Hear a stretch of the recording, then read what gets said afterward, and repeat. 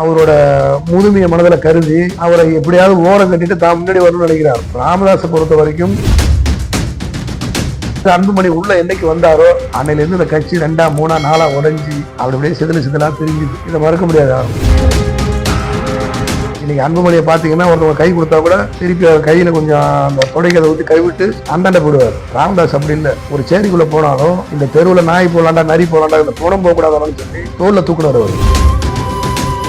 இடையில அவரோட குடும்ப சூழ்நிலை காரணமாகவும் மற்ற அழுத்தத்தின் காரணமாகவும் அவங்களோட பாதைகள் கொஞ்சம் மாறின சூழ்நிலை எல்லாம் போய் இன்னைக்கு தான் மக்களுக்காகவும் தான் ஆரம்பிச்ச கட்சிக்காகவும் தான் உழைச்ச அந்த உழைப்புக்காகவும் நான் திருப்பி உண்மையா வரண்டு வராரு. அவரை யாரும் ஓரம் கட்ட முடியாது. அவர் தான் எல்லாரும் ஓரம் கட்டிட்டு இருந்தாரு. இன்றைய காலகட்ட சூழ்நிலையில அவரோட முதுமையை மனதில் கருதி அவரை எப்படியாவது ஓரம் கட்டிட்டு தான் முன்னாடி வரணும்னு நினைக்கிறார். ராமதாஸை பொறுத்த வரைக்கும் தமிழ்நாட்டில் அவர் கால்படாத கிராமங்கள் கிடையாது. அது ஊராட்சியா இருக்கட்டும், பேரூராட்சியா இருக்கட்டும், நகராட்சியா இருக்கட்டும், மாநகராட்சியா இருக்கட்டும், குக்கிராமமா இருக்கட்டும், ஒரு ஒடுக்கப்பட்ட சேரி தெருவா இருக்கட்டும்.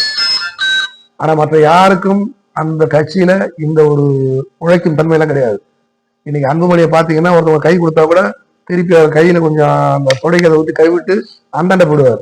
ராமதாஸ் அப்படி இல்லை. ஒரு சேரிக்குள்ள போனாலும் இந்த தெருவில் நாய் போலாண்டா நரி போலாண்டா இந்த புறம் போகக்கூடாதான்னு சொல்லி தோல்ல தூக்குனார் அவர். அந்த வீட்டில் உட்கார்ந்து வருவார். ஒருத்தர் கஷ்டங்களையும் அனுபவிச்சு வருவார். இடையில அவரோட குடும்ப சூழ்நிலை காரணமாகவும் மற்ற அழுத்தத்தின் காரணமாகவும் அவங்களோட பாதைகள் கொஞ்சம் மாறின சூழ்நிலை எல்லாம் போய் இன்னைக்கு தான் மக்களுக்காகவும் தான் ஆரம்பிச்ச கட்சிக்காகவும் தான் உழைச்ச அந்த உழைப்புக்காகவும் நான் திருப்பி உண்மையா வரண்டு வரார். அதனால அவரை சார்ந்து ஒட்டுமொத்த பாட்டாளி மக்கள் கட்சியோட இல்லை, இந்த சமுதாயமும் நல்லா இருக்கும்.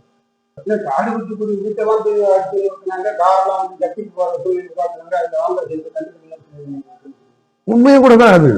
உண்மையும் அதுல மறுக்க அதை வளர்த்த கடை மாறல பாயும்பாங்கல்ல, அந்த சூழ்நிலை இப்ப அவங்களே சொல்றாங்கல்ல. அவரை உட்கார வச்சு அவங்க எல்லாம் பின்னாடியில செஞ்சாங்க. செஞ்சுட்டு எல்லா பேரும் அவர் தலையில போட்டாங்க.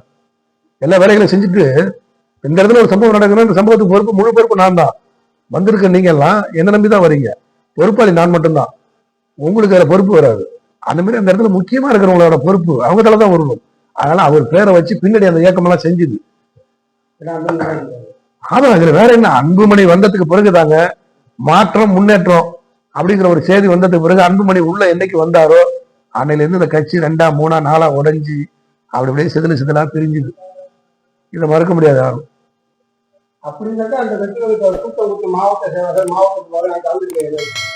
ஒவ்வொரு வீட்டுக்கும் ஆள் போட்டாரு அன்புமணி. ஒவ்வொரு வீட்டுக்கும் ஆள் போட்டு அவங்க போனெல்லாம் கொடுக்குறாரு. அப்பாடா நான் கூட்டு பேசிட்டேன், நீங்க யாரும் அங்க வரக்கூடாது. அப்பாடா நான் பேசிட்டேன், அது குடும்ப பிரச்சனை, நான் பேசிட்டேன், எங்களுக்குள்ள எந்த பிளவும் இல்லை, நீங்க யாரும் அங்க வரக்கூடாது அப்படிங்கிற ஒரு பெரிய ஒரு அறிவுறுத்தி ஒரு எச்சரிக்கை கொடுக்குறாங்க. அதையும் தாண்டி போயிட்டாங்கன்னு சொன்னா அவங்க என்ன எவ்வளவு காலத்துக்கு இருந்துருவாரு அவரு. பிறகு என்கிட்ட தான் நீ வரணும், உங்க விட்டுருவோம் ஒண்ணு ஓ சொல்றதுக்கு வீட்டுக்கு போ. ஆனா வந்த காரை 100க்கு மேற்பட்ட காரை திருப்பி விட்டாங்க. அதுல ஒரு 40 மாடுலாம் திருப்பி விட்டாங்க. இது மறுக்க முடியாத மறைக்க முடியாத உண்மை இதுதான்.